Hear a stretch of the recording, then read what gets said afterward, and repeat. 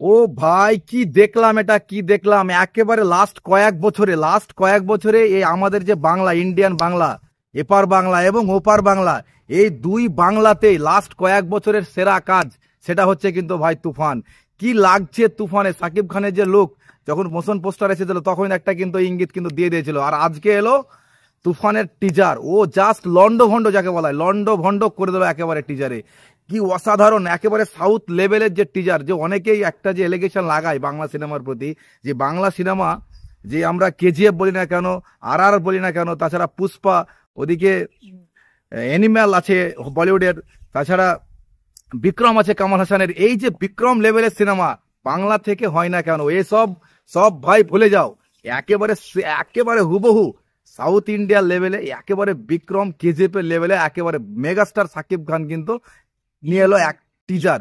অসাধারণ লেগেছে টিজারটা, অসাধারণ একেবারে। যখন তার এই যে আমরা কি সিনেমা দেখেছিলাম, কয়েদি সিনেমা দেখেছিলাম, কার্তিকের কয়েদি সিনেমা দেখেছিলাম, ওই যে কয়েদির যে গানটা ছিল একেবারে যে মোটা, এই গান কিন্তু এনিম্যালে ব্যবহার করা হয়েছে, কেজিএফ এরকম ধরনের ব্যবহার করা হয়েছে, তাছাড়া তারপরে বিক্রমে কিন্তু ছিল, বিক্রমে ছিল, ওই সেম গান এখানে কিন্তু ইউজ করা হয়েছে।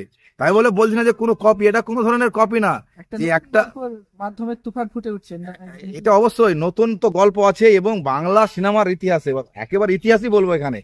এইভাবে এসবিএফ আছে, এসবিএফ ব্যানারে, হ্যাঁ অবশ্যই অবশ্যই, এসবিএফ ব্যানারে কিন্তু এই ধরনের একেবারে প্রপারলি সাউথ ইন্ডিয়া লেভেলের যে অ্যাকশন, এরকম কিন্তু অ্যাকশন যে আমাদের যে এসবিএফ বা আরো বড় বড় কোম্পানি, সুরিন্দার ফিল্মস বলি না কেন, স্কাই মুভিজ বলি না কেন, কারো ব্যানারে কিন্তু এইরকম লেভেলের যে একেবারে মারকাটারি, যাকে বলা হয় মারকাটারি, একেবারে সেম লেভেলের কিন্তু এই তুফানের টিজার।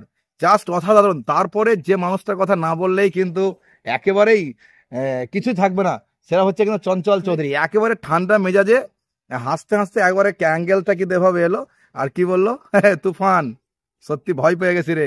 এই যে ভয় পেয়ে গেছি, সত্যি ভয় পাওয়ারই মতো কিন্তু একটা টিজার ছিল।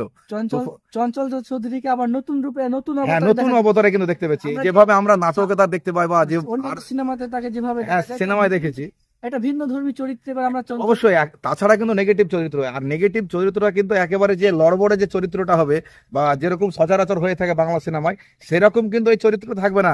একেবারে ঠান্ডা মস্তিষ্কের কিন্তু একদম নেগেটিভ রোলে কিন্তু আমরা চঞ্চল চৌধুরীকে দেখতে পেতে চলি। এবং তার যে ডায়লগটা, ভয় পেয়ে গেছি রে তুফান, সত্যি যেটা বলবো ভয় পরে মতো কিন্তু এই টিজারটা ছিল। কি মানে আমরা যে সাদামাটা একটা চরিত্রে চঞ্চল চৌধুরীকে দেখতে পাই বিভিন্ন নাটক কিংবা তার যে নতুন সিনেমাগুলো আছে, তার যে সিনেমার বাইরে চঞ্চল চৌধুরীকে আমরা একটা ভয়ঙ্কর, একটা দানবীয় চরিত্রে আমরা এবার তুফান সিনেমাতে চঞ্চল, কিন্তু এই টিজারের মধ্যে কিন্তু সেভাবে তার লোকটা ফুটে ওঠেনি। একেবারে শান্তশিষ্ট আর একেবারে মিষ্টি চরিত্রর যে মানুষ হয়, সেইভাবে কিন্তু চঞ্চল চৌধুরীকে কিন্তু দেখিয়েছে, যে 5 সেকেন্ড দেখিয়েছে যে ডায়লগটা বলছে, এখানে কিন্তু তার যে ভয়ঙ্কর রূপটা কিন্তু এখানে ফুটে উঠছে না। তার কারণ এটা কিন্তু তো গোপন রাখা হয়েছে, যখন সিনেমায় যখন আসবে তখন কিন্তু একেবারে তার যে রূপটা, তার যে নেগেটিভ চরিত্রটা একেবারে কিন্তু মারকাটারি হবে, ভয়ঙ্কর লেভেলের হবে। যেভাবে আমরা কেজিএফ গারোডাকে দেখতে পেয়েছি, গারোডাকে দেখে কিন্তু প্রথমে বোঝা যাচ্ছিল না, কিন্তু কি ছিল, একেবারে ভয়ঙ্কর লেভেলের কিন্তু তার নেগেটিভ চরিত্রটা ছিল। সেইভাবেই কিন্তু আবার তুফানে একেবারে দেখতে পাচ্তে চলেছি তুফান চঞ্চল চৌধুরীকে তুফানে। আর যেটা বলবো সাকিব খানের লুকটা কিন্তু, এই যে চুল বড় বড় বলে কিন্তু অনেকে কিন্তু অনেক কথা বলছিল যে এখান থেকে ছাপা হতে পারে, কোনো জায়গা থেকে ভাই ছাপা নয়, চুল বড় হলে যে এখান থেকে ছাপা, এটা কিছু নয়। আর সর্বশেষ যে কথাটা বলবো, এই সিনেমাটা কিন্তু একটা কিন্তু ইতিহাস চলবে। ক্রেডিটটা কার উপর যাবে? রায়হান রাফি। হ্যাঁ, রায়হান রাফির one of the most director এখন। হ্যাঁ, রায়হান রাফির কথা না বললে না। রায়হান রাফির আগের যে কাজগুলো সেগুলো কিন্তু মারাত্মক ছিল। তাছাড়া তারপরে তার যে একের পর এক যে তার সিঁড়ি উপর দিকে সাকসেসের দিকে যাচ্ছে, প্রত্যেকটা সিনেমার কিন্তু ধরন কিন্তু একেবারে পাওয়ারফুল প্যাকেজের কিন্তু হচ্ছে, এটা বলতেই হবে।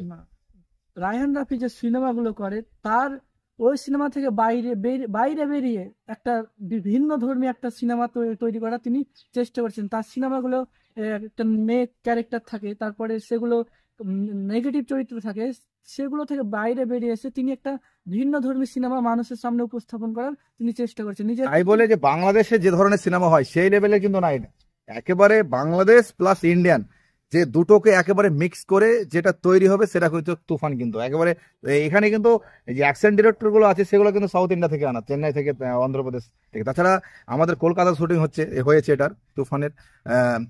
আপনার হায়দ্রাবাদে হয়েছে, বিভিন্ন জায়গায় কিন্তু এটার শুটিং হবে। আর যেটা বলা বাহুল্য, একেবারে যে বাংলাদেশের যে প্যাকেজ হয় সেরকম ধরনের কিন্তু সিনেমা হবে না।